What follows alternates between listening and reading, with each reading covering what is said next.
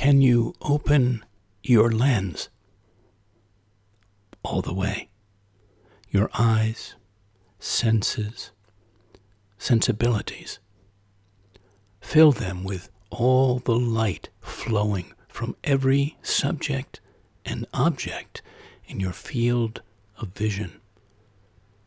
Can you sharpen your focus to include their foregrounds, midgrounds, and backgrounds? Can you remove any filters? For pure sight is what you want, bright and wide, whole and clear. Welcome to the latest Floating Poetry broadcast, and thank you for leaning in to the 80th show in my ongoing weekly series, coming to you live from the ever-changing coast, seascape of New England, of Rhode Island, today from westerly by the water. This is your poet and poetorialist Colin Goedecke, a voice for living our days more poetically, more expressively, more soulfully. Last week we opened the doors of perception of fortune, fate, and chance to inviting good fortune, to making something meaningful out of whatever we were given, to taking chances in and across our lives, dreams and desires, beliefs and uncertainties. This week, an invitation to re-see and reimagine our world, your world, the inner world of self, the outer world of daily life, culture, and nature.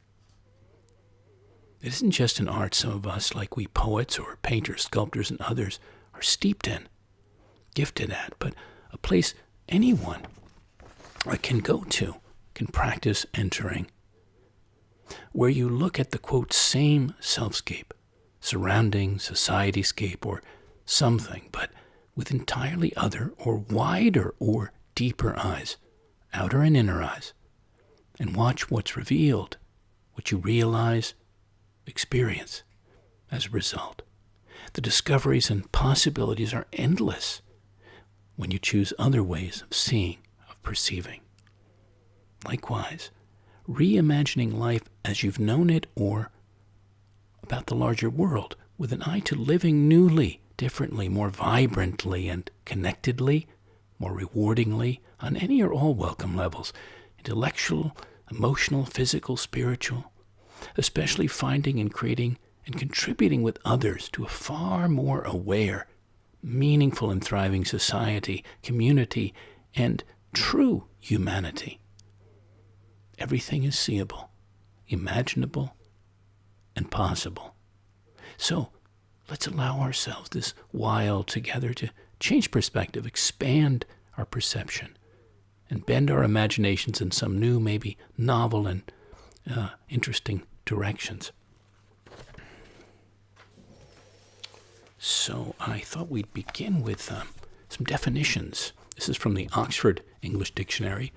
The meaning of re-see, re-see, to see again. Just so happens that its origin is from the early 17th century, the earliest use found in the work of Joshua Sylvester, who died in 1618, a poet and translator. Re-see. Reimagine. This is from Merriam-Webster's dictionary.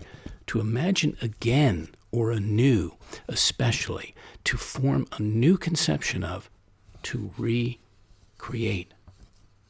The first known use of that was in 1825, but no other details on that. It's a poem by Gary Soto, S-O-T-O, When We Wake. Sometimes it's only the square light of window, white behind the bushes, yellow if it faces the street in autumn. Sometimes it's a young woman with a book in her mittened hand, off to work, a lover's house perhaps, and I crossing the street with my own book, with my own gloves, a strand of hair from under her beret, the eyes, her face flushed from the rain we walk against in any weather. Sometimes it's a grandfather on a bench, legs crossed, his hands fiddling in his sweater's pocket. Face happy, now worried, now happy again. For years I have been asleep, but now I am awake to this life, The trees moved more than I did. The sun lowered across an indifferent sea.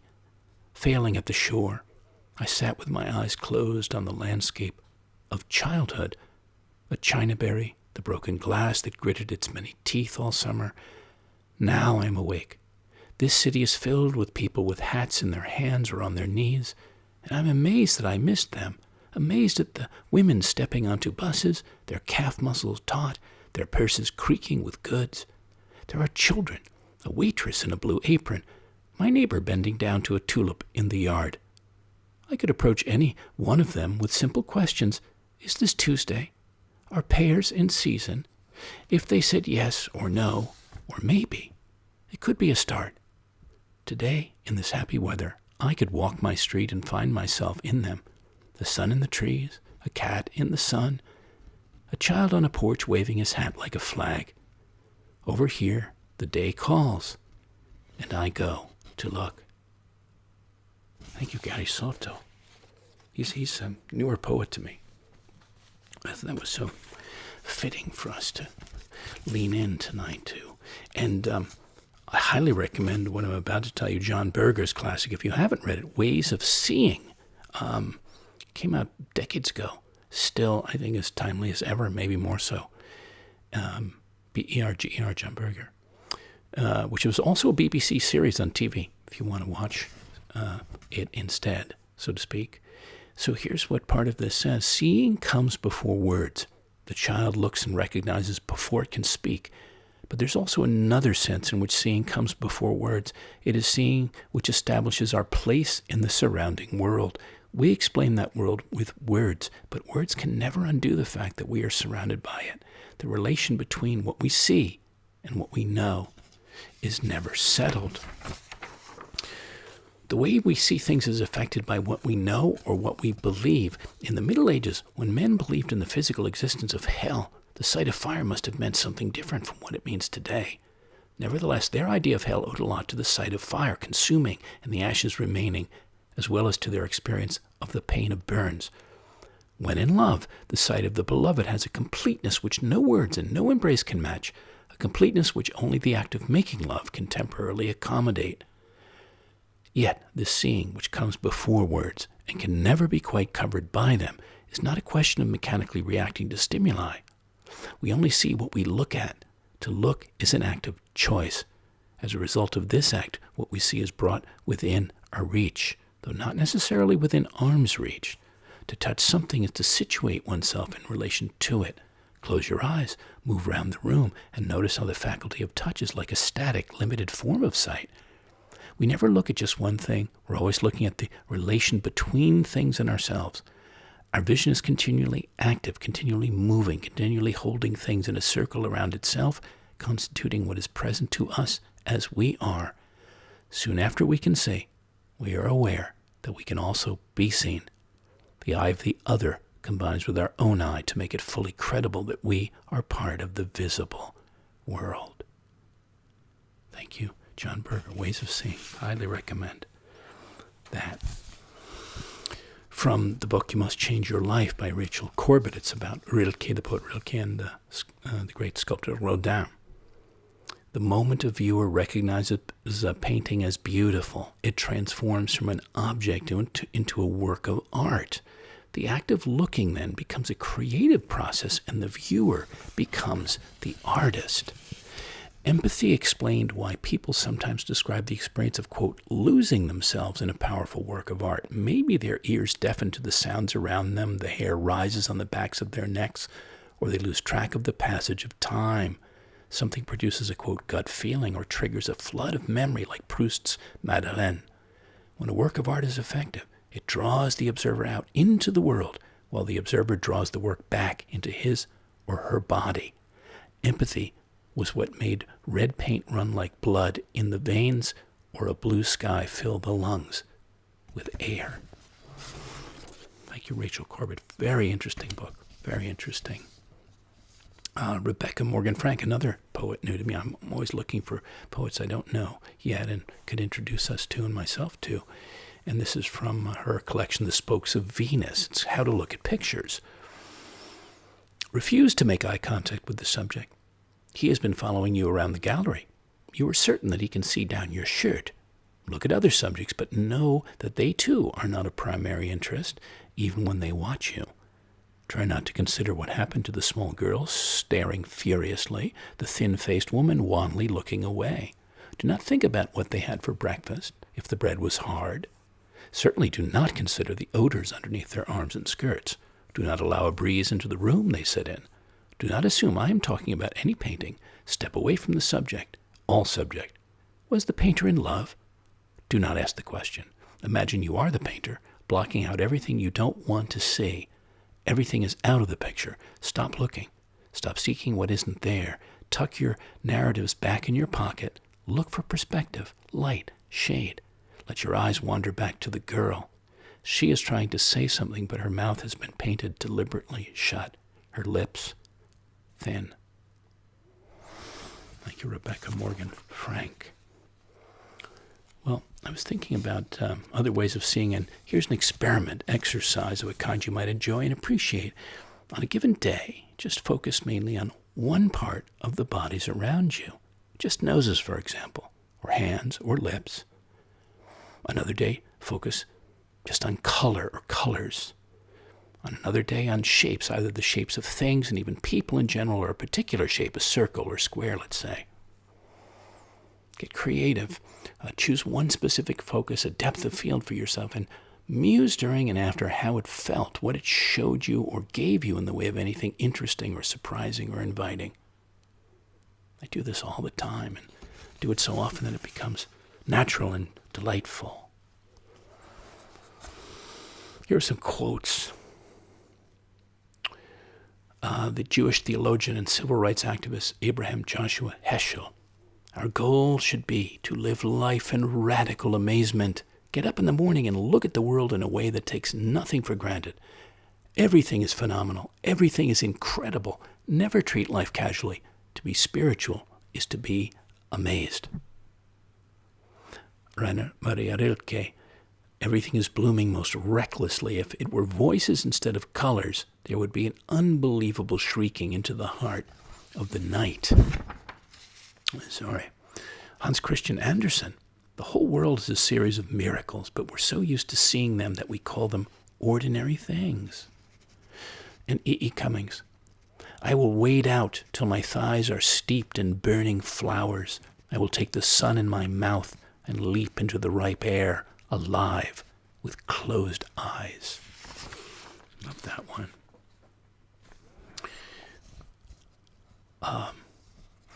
The way I'm going to talk a little bit more about the wonderful innocent eye that children, innocent hearts, and ways that children have of relating to the world and seeing the world, gauging the world, imagining. And this is Rachel Richardson's poem, Astronomer. A child climbs into a cardboard house, shuts its doors and windows to hold in the dark, and lies on her back inside, looking up through its cut-out moon and stars. She knows she is not looking at the sky, but she calls out still, "It's nighttime. I'm looking at the sky." Thank you, Rachel Richardson. Here's a very new poem, written just some days ago, and shall we say a new kind of sight we can bring to any moment, actually, especially things to do with the stars, I would say, and planets. This is called Bathing for the Autumn Moon. Bathing first in the deep, bone-hot water of the Japanese soaking tub. Still sun-brown limbs floating, hands floating like open flowers in the round white cistern filled to the chin. Then stepping out into the breathing night air to bathe in the cool light of the autumn moon, and the showers of meteors raining down in silver drops from Orion's near brightest star. Bathing. Take the Nobel-winning physicist Richard Feynman, Feynman, incredible man of all kinds, but it was a champion of scientific culture and poetic in his way. And here he celebrated the beauty of the mysterious, embracing the unfamiliar and the questions of life. And this was his ode to a flower. I have a friend who's an artist and has sometimes taken a view which I don't agree with very well. He'll hold up a flower and say, look how beautiful it is, and I'll agree. Then he says, I as an artist can see how beautiful this is, but you as a scientist take all this apart and it becomes a dull thing. And I think he's kind of nutty. First of all, the beauty that he sees is available to other people and to me too, I believe. I can appreciate the beauty of a flower. At the same time, I see much more about the flower than he sees. I could imagine the cells in there, the complicated actions inside, which also have a beauty. I mean, it's not just beauty at this dimension, at 1 centimeter. There's also beauty at smaller dimensions, the inner structure, also the processes. The fact that the colors in the flower evolved in order to attract insects to pollinate it is interesting. It means that insects can see the color. It adds a question. Does this aesthetic sense also exist in the lower forms? Why is it aesthetic? All kinds of interesting questions which the science knowledge only adds to the excitement, the mystery, and the awe of a flower. It only adds.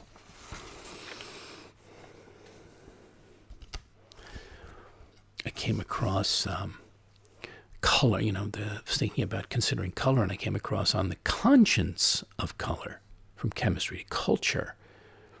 Colors are not possessions. They are intimate revelations of an energy field, light waves with mathematically precise lengths, deep, resonant mysteries with boundless subjectivity. And this was from a book by Ellen Malloy, M-E-L-O-Y, on the anthropology of turquoise, reflections on desert, sea, stone, and sky.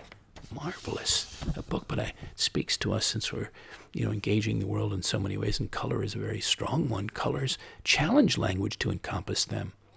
They bear the metaphors of entire cultures. They convey every sensation from lust to distress. They glow fluorescent on the flanks of a fish out of the water, then flee at its death. They mark the land of a woman deity who controls the soft desert rain. Flowers use colors ruthlessly for sex. Moths steal them from their surroundings and disappear. An octopus communicates by color. An octopus blush is language. Humans imbibe colors as antidotes to emotional monotony. Our lives, when we pay attention to light, compel us to empathy with color. Between the senses and reason lies perception. At home or afield, this is where amazement resides, shunning explanation.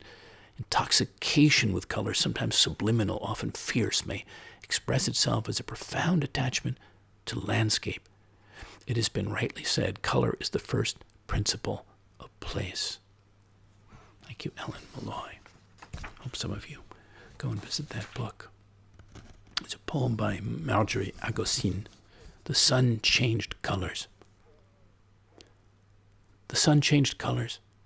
The moon enamored even the most elderly. The tomatoes blushed with joy upon seeing you pass by. Thank you, Marjorie Agosin. Some time back, I was walking through the Metropolitan Museum, and I saw this painting by John Marin, beautiful watercolor painting called Sunspots from Cape Split, Maine, 1920. And I was moved into a poem at that moment called A Sun-Baubled Sea. Off the coarse point of another time, an unfaded ocean verges out in caps and crests of cobalt indigo, turquoise, past one small bleach-sailed boat toward a streaking sky where the sun becomes baubles of chrome yellow, rose madder, viridian, and cerulean that float above the watercolor surface, that float inside my watercolored eyes. I think one of the great poets for me of speaking of color so marvelously and magically is Amy Lowell, and this is a poem of hers called The Blue Scarf.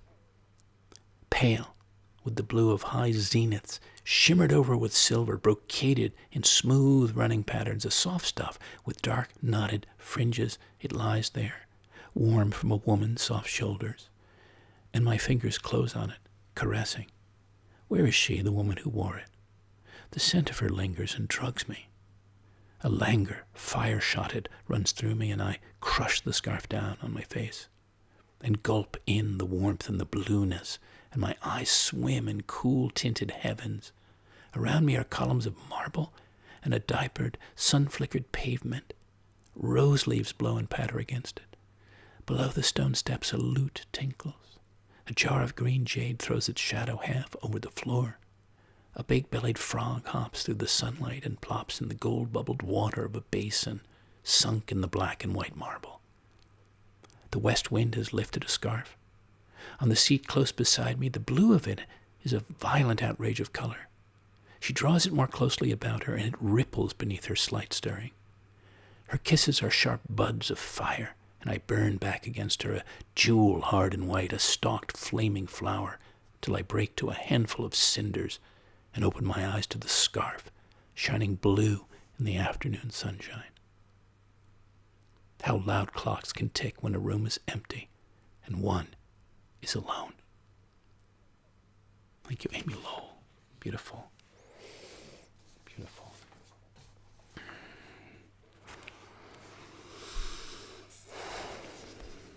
I was pondering along the way, gathering material for us about all the ways other creatures see the world, ways I know, ways I don't know or have heard about. From shrimp with the thousands of eyes they have to birds to dogs. And I came across Bruce Guernsey poem, another new poet to me. The seeing eye dog sneaks out nights, cool and beret. His master's dark glasses, sips Cointreau at the dog cafe and watches. Is the poet of dogs, with a voice that sees for the man who can't, that speaks the meaning of red, of green, is the loneliest dog at the dog cafe, where hounds down suds and the barking is loud. Thank you, Bruce Guernsey. That was fun. I do have another, we know about our outer eyes, our inner eyes, the third eye, but I have another eye. I call it my fourth eye. It's my iPhone camera that I use to create my visual poetry with, mostly with very simple tools. No photoshopping. I like to keep it very close to what it is, but I alchemize what I see or what I innerly see and want to realize. And I mainly, it's either washing in a lot of light or out a lot of light, or sort of noodling around with, intuitively with light and contrast especially, but never changing the colors. And amazing what's revealed, or what can happen as a result. This is something apropos I felt from the Art of Scientific Investigation by Professor W.I. Beveridge, Beveridge.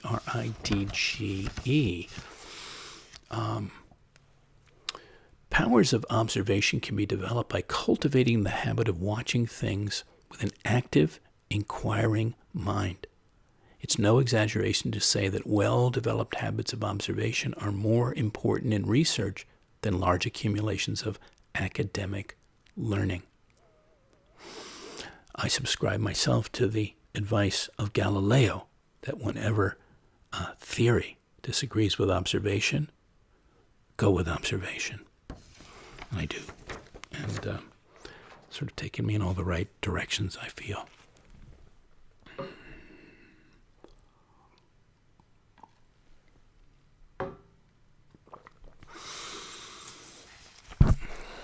There's a book I mentioned in some other program that was thematically fitting, but it's a fascinating book. It's on the art of looking, ways of viewing the multiple realities of our everyday wonderland. It's 11 Walks with Expert Eyes by Alexandra Horowitz. It's a record of her quest to walk around a city block with 11 different, quote, experts, from an artist to a geologist to a dog, and emerge with fresh eyes, mesmerized by the previously unseen fascinations of a familiar world. This is from the Marginalian, which used to be Brain Pickings. They just changed the name. In it, she says, right now, you are missing the vast majority of what is happening around you. You are missing the events unfolding in your body, in the distance, and right in front of you. Together, we became, with the experts, we became investigators of the ordinary, considering the block, the street, and the everything on it as a living being that could be observed. I would find myself at once alarmed, delighted, and humbled at the limitations of my ordinary looking. My consolation is that this deficiency of mine is quite human. We see, but we do not see. We use our eyes, but our gaze is glancing, frivolously considering its object. We see the signs, but not their meanings. We are not blinded, but we have blinders. Part of normal human development is learning to notice less than we are able to. The world is awash in details of color, form, sound, but to function we have to ignore some of it. The world still holds these details. Children sense the world at a different granularity, attending to parts of the visual world we gloss over, to sounds we have dismissed as irrelevant. What is indiscernible to us is plain to them. In a way, experts have a toddler's ability to zoom in on the details, the very fabric of experience that most of us glide adaptively by. Our perceptual constraint that I knowingly labor under is the constraint that we all create for ourselves. We summarize and generalize, stop looking at particulars and start taking in scenes at a glance, all in an effort to not be overwhelmed visually when we just need to make it through the day. The artist seems to retain something of the child's visual strategy, how to look at the world before knowing, or without thinking about, the name or function of everything that catches the eye. To the child, as to the artist, everything is relevant. Little is unseen.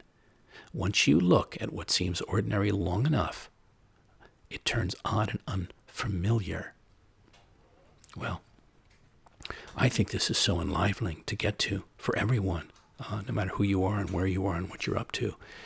And I referred to it a little earlier too, and now is to seeing with an innocent eye. It's not my phrase, but I think it's a beautiful and fitting phrase. And she ends this, the last part of her book. She says, "What allowed me to see the bits that I would have otherwise missed was not the expertise of my walkers per se. It was their simple interest in attending.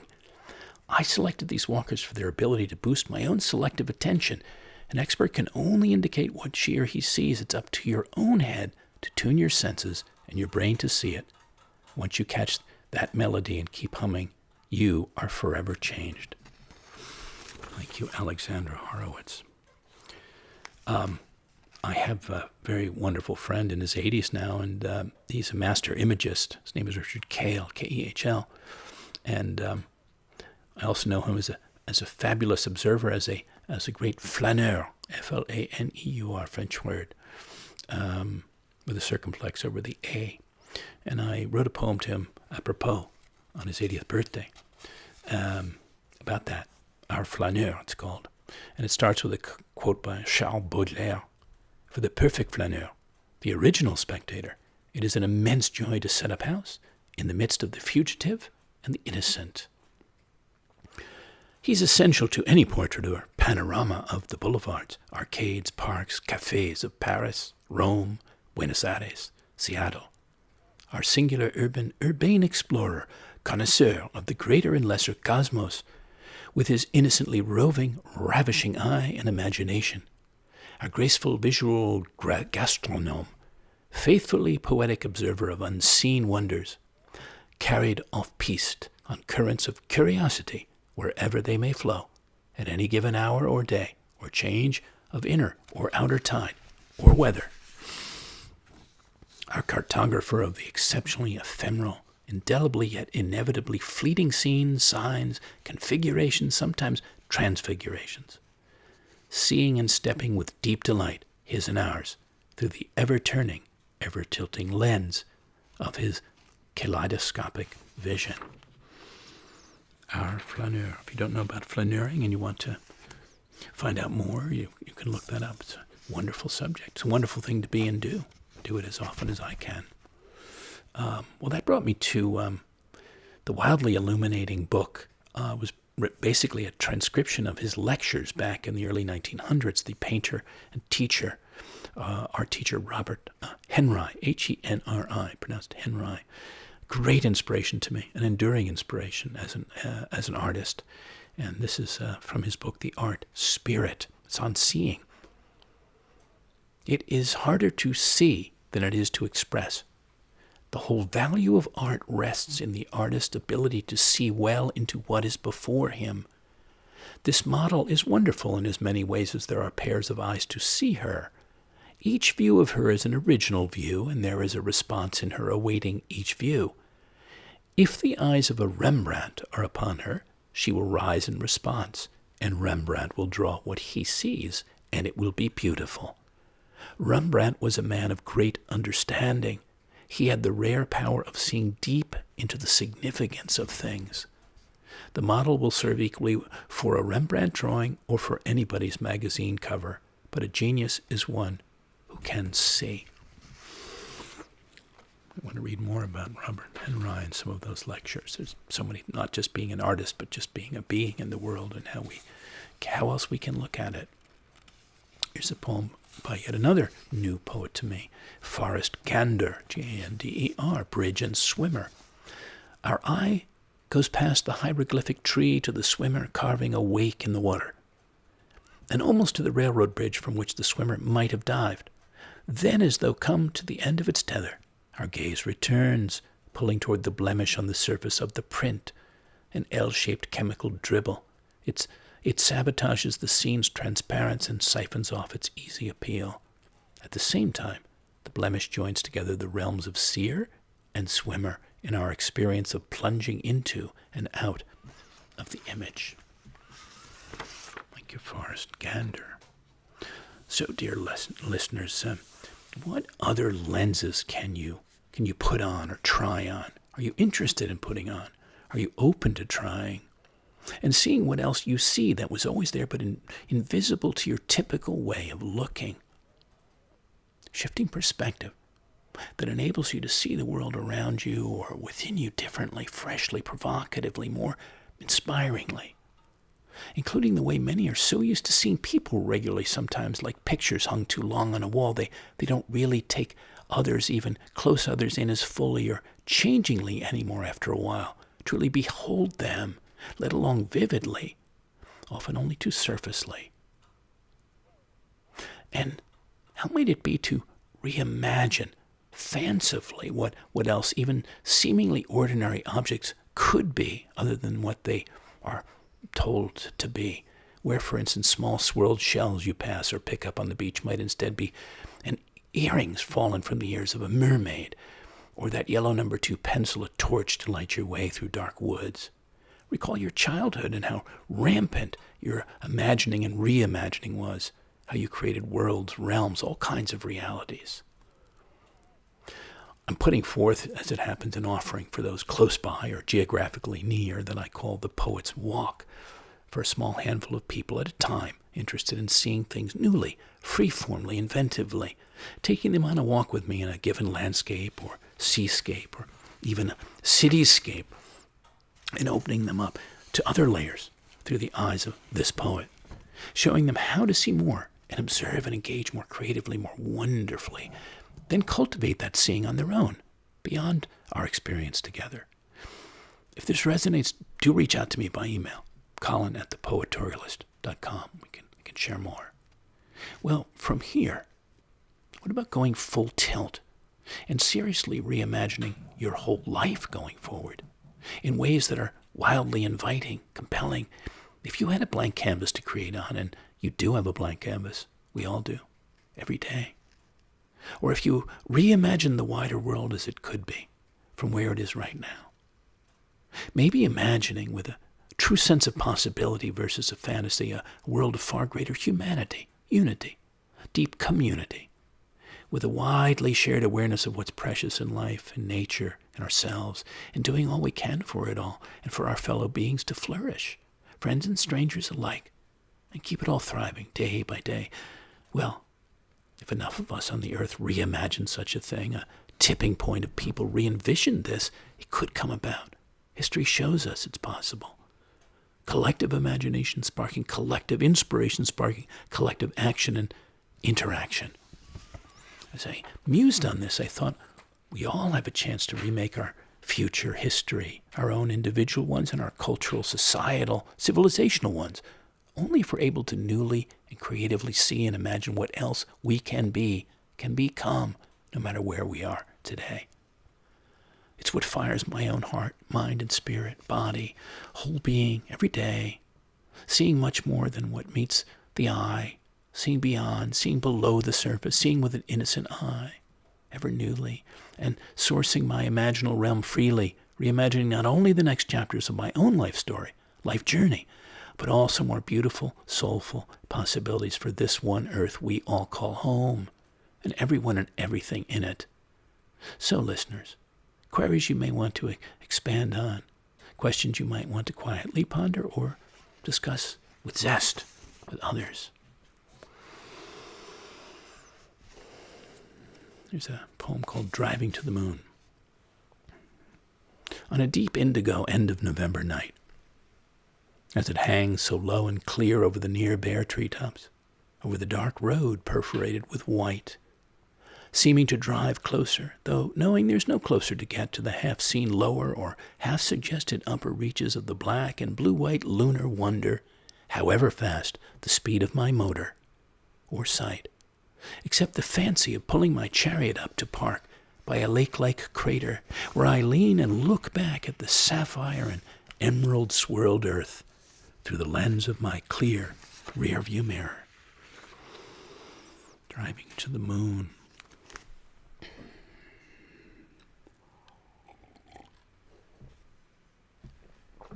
All right. A quote by Anais Nin. We don't see things as they are. We see them as we are. Let me read that again. We don't see things as they are. We see them as we are. And we might add, seeing through the lens of what we believe or want to believe. And what happens when we change our beliefs. We see very differently. So this, I was brought to mind around this in our theme of Plato and his allegory of the cave. If some of you know that, it's from his Plato's Republic. Classic commentary on the human condition. You know, it's a story showing how true reality is not always what it seems to be on the surface. It's the story of open-mindedness and the power of possibility. So I was looking up how others have described it. His theory, the cave represents people who believe that knowledge comes from what we see and hear in the world, empirical evidence. The cave shows that believers of empirical knowledge are trapped in a, quote, cave of misunderstanding. The shadows they fixate on represent the perception of those who believe empirical evidence ensures knowledge. If you believe that what you see should be taken as truth, then you're merely seeing a shadow of the truth, in Plato's opinion. Truth, beauty, and meaning that lie outside the cave. It's wonderful, by the way, claymation version of 3 or 5 minutes of it. So if you look that up, I think it's a Bullhead Media did it some years back. Beautiful. Just look up Plato's Allegory of the Cave, claymation, you'll find it. Ursula Le Guin. Descartes and the behaviorists willfully saw dogs as machines without feeling. Is seeing plants as without feeling a similar arrogance? One way to stop seeing trees or rivers or hills only as, quote, natural resources is to class them as fellow beings, kinfolk. I guess I'm trying to subjectify the universe, because look where objectifying it has gotten us. To subjectify is not necessarily to co-opt, colonize, or exploit.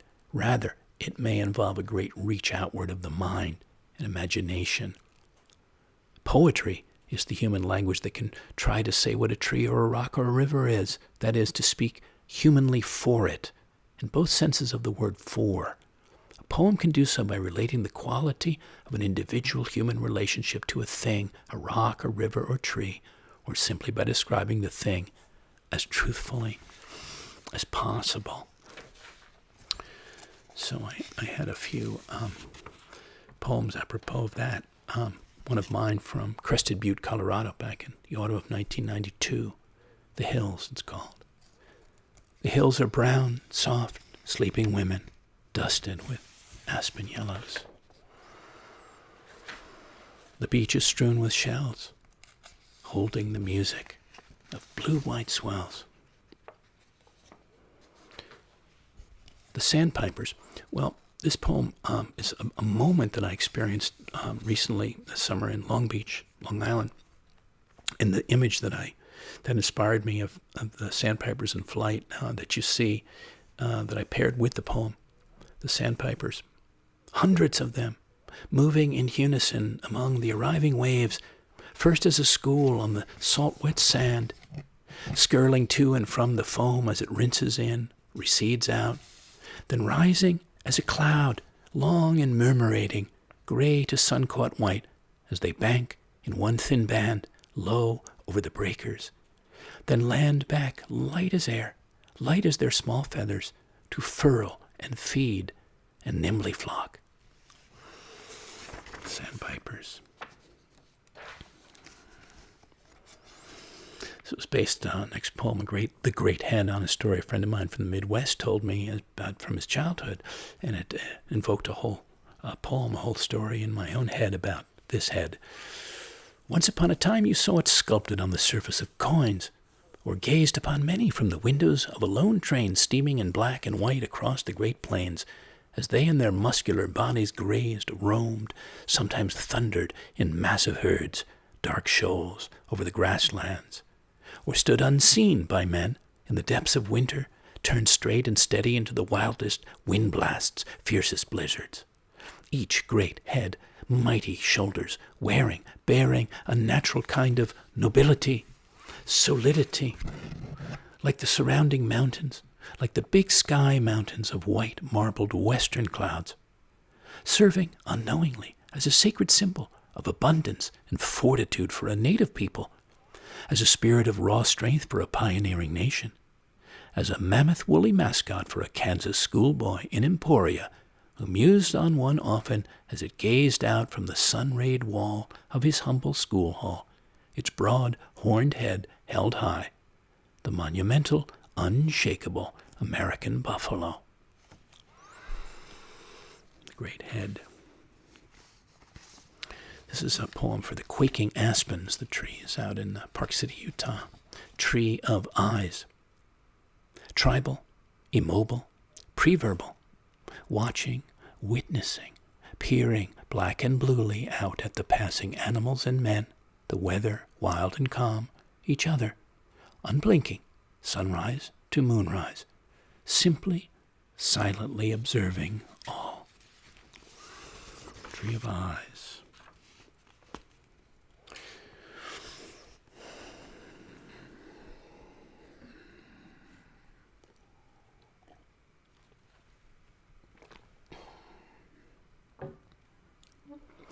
I was thinking about seeing others and seeing them more fully, as I mentioned earlier, and I've written various poems toward that, for people and or about people that I know, especially, and where I'm able, I believe, to see more or show them even more of themselves sometimes, of what I see.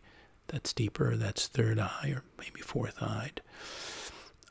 This is one called, this is for a soul brother in Holland back in 1998.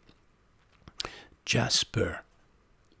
You emerge from a Greek vein, iaspis, opaque but translucent, full of mineral strength, face frequently polished to gemstone radiance, sometimes stained by red, green, yellow, and blue impurities that become purities in your outward reflections. Colors that banded make you riband, alternating red and green make you Siberian, mottled brown or yellow, Egyptian. You trace back millennia in your opalescent origins, adorning breastplates of biblical high priests, forming the foundation of Jerusalem's wall, at once crystalline, ancient, and true. And to modernize, your endless facets conceal and reveal the deep glow of mystery, the quartzian clarity of light. Jasper. Rippling that out to him somewhere in the universe, wherever he may be right now.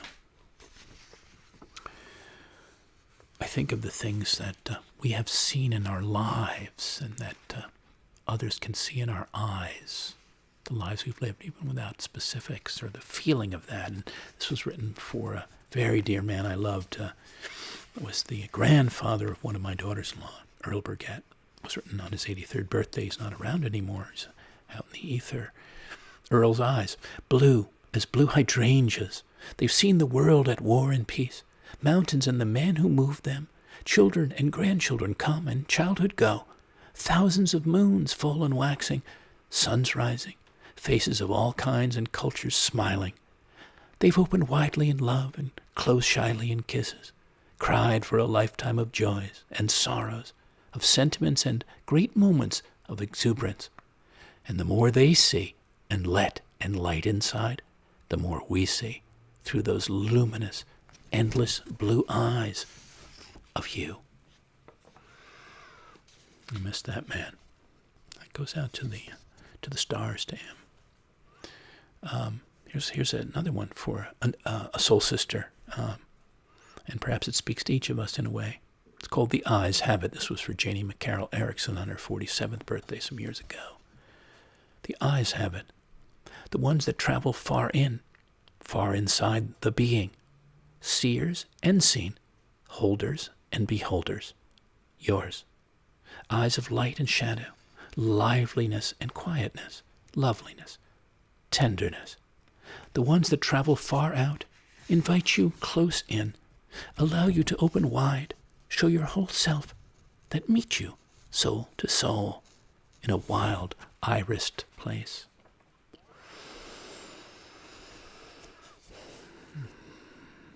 I was intrigued to come across somebody I never heard about, Ada Lovelace. And this is from a book, Ada, the Enchantress of Numbers, a selection from the letters of Lord Byron's daughter and her description of the first computer. She was considered the first computer programmer of a kind, a century and a half before Stephen Jay Gould observed that creativity is the art of connecting the seemingly unrelated. She wrote this: what is imagination? We talk much of imagination. We talk of imagination of poets, of artists. I'm inclined to think that in general we don't know very exactly what we're talking about. I think it's especially twofold. First, it's a combining faculty. It brings together things, facts, ideas, conceptions in new, original, endless, ever-varying combinations. It seizes points in common between subjects having no very apparent connection. Secondly, it conceives and brings into mental presences that which is far away or invisible, or which in short does not exist within our physical and conscious cognizance. Hence, it's especially the religious faculty, the groundwork of faith. It's a godlike, noble faculty. It renders earth tolerable. It teaches us how to live in the tone of the eternal. Imagination is the discovering faculty, preeminently. It is that which penetrates into the unseen worlds around us, the worlds of science. It is that which feels and discovers what is, the real, which we see not, which exists not for our senses. Those who have learned to walk on the threshold of the unknown worlds, by means of what are commonly termed par excellence the exact sciences, may then, with the fair white wings of imagination, hope to soar further into the unexplored amidst which we live. Thank you, Ada Lovelace. The applied mythologist storyteller Michael Meade on new versus old ways of seeing the world, newly, powerfully imagining, reimagining. As the chaos in the world increases, most ideas of the future become fatalistic. Yet the situation only seems, quote, hopeless when viewed from the narrow logic of a collapsing world view. Old ways of seeing the world are blocking more vital paths of imagination, vision, and healing. The point is not simply evolution or progress. Rather, there needs to be a collective rite of passage that transforms our worldview. The agony of the earth calls for each of us to defeat the growing alienation and isolation of life in order to become more human and be more present. The issue is not the pretension of, quote, saving the planet, but rather finding deeper ways of serving the earth. What we learn from mythic stories and imagination is how our human nature can make us part of the ground of being and the vital pulse of the living world. Thank you, Michael Meade. Very important thought, I would say, for certainly me and many. Rob Bresney. Reimagine your situation. Give up thinking of what's familiar or expected, and reframe it instead as what's happening, as an open-ended, unexpected, unlimited process of what you are really meant to become and do next. This is my poem, Zebra Crossing, Passage Cloutée. While countless others with the same stripes cross the landscape the same way, through the same sun-white days and sunless nights, you of a different stripe look under the landscape of your skin and see and find another way to go. I wanted to mention, among all these other books, one of my great favorites that I read from time to time again is Italo Calvino's book, Mr. Palomar, a semi-comic meditation upon infinity undertaken by an everyman named Mr. Palomar. And I came across this review where they said, who as his name suggests, would like to be the clearest, adroitest, purest, non-participatory observer, yet since he's a man, not a telescope, he can't quite pull it off. Some of the things he observes, how the, quote, sword of the sun's reflection on the ocean always stops exactly at a swimmer's eye, the way birds must see the world below as all surface, the vagaries of the head overruling the eye. Palomar on a topless beach tries not to observe the naked breasts, then decides on philosophical grounds to observe them to predictably outraged results.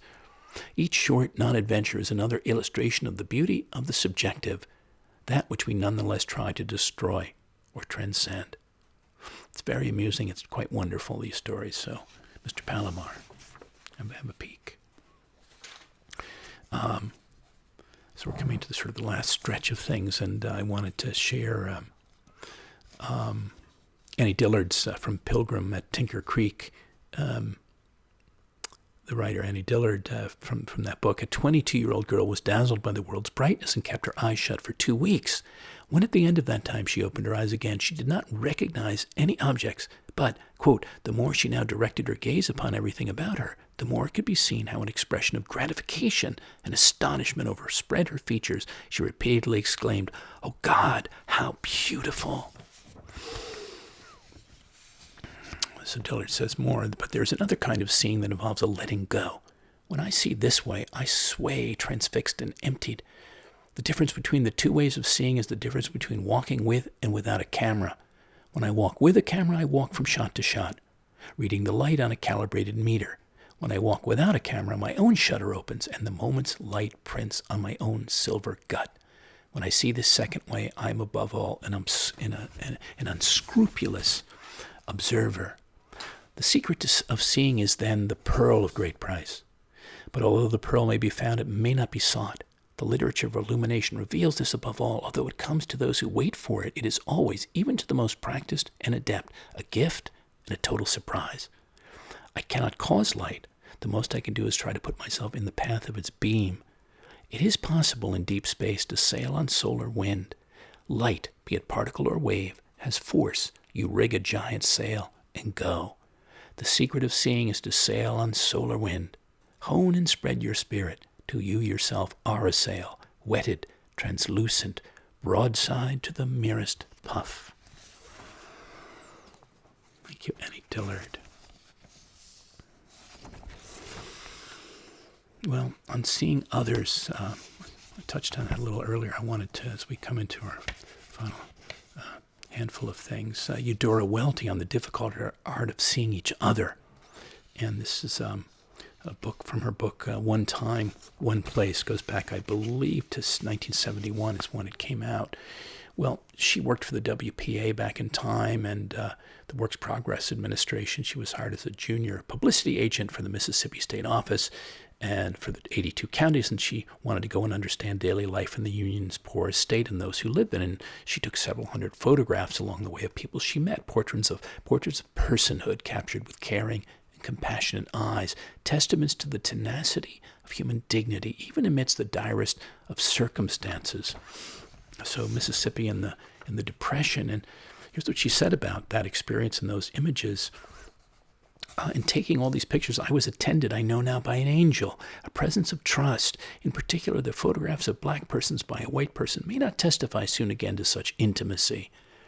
When a heroic face like that of the woman in the button sweater looks back at me from her picture, what I respond to now, just as I did the first time, is not the depression, not the black, not the South, not even the perennially sorry state of the whole world, but the story of her life in her face.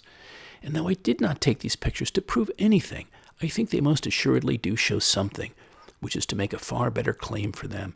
Her face to me is full of meaning more truthful and more terrible, and I think more noble than any generalization about people could have prepared me for or could describe for me now. I learned from my own pictures one by one, and had to, for I think we are the breakers of our own hearts. I learned quickly enough when to click the shutter, but I was becoming aware of more slowly was the story writer's truth. The thing to wait on, to reach there in time for, is the moment in which people reveal themselves.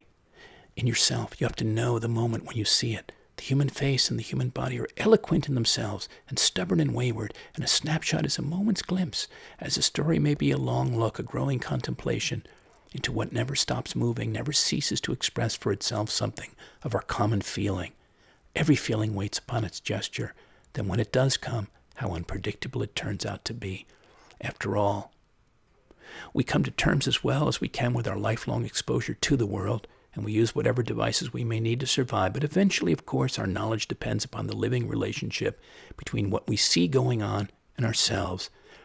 If exposure is essential, still more so is the reflection. Insight doesn't happen often on the click of the moment, like a lucky snapshot, but comes in its own time and more slowly and from nowhere but within. The sharpest recognition is surely that which is charged with sympathy as well as with shock. It is a form of human vision, and that is, of course, a gift. We struggle through any pain or darkness in nothing but hope that we may receive it. Thank you, Eudora Welty. Okay.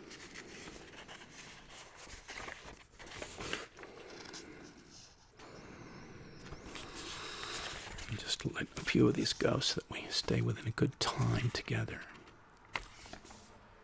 An acute case of anthropomorphia. That's my own case a bit, which I happily suffer from as an animist. Mine, but suffering gladly from seeing without dismissing in the limbs, brows, and trunks of trees, in the hearts of stones, in the arteries and veins of winter ice, myriad mythical and animal faces, figures, traces, from lions to griffins, satyrs to sea creatures, along with a profusion of petro and hieroglyphs, runes and totems, and other clues of nature's conjuring, kinds too curious yet for me to divine, to decipher.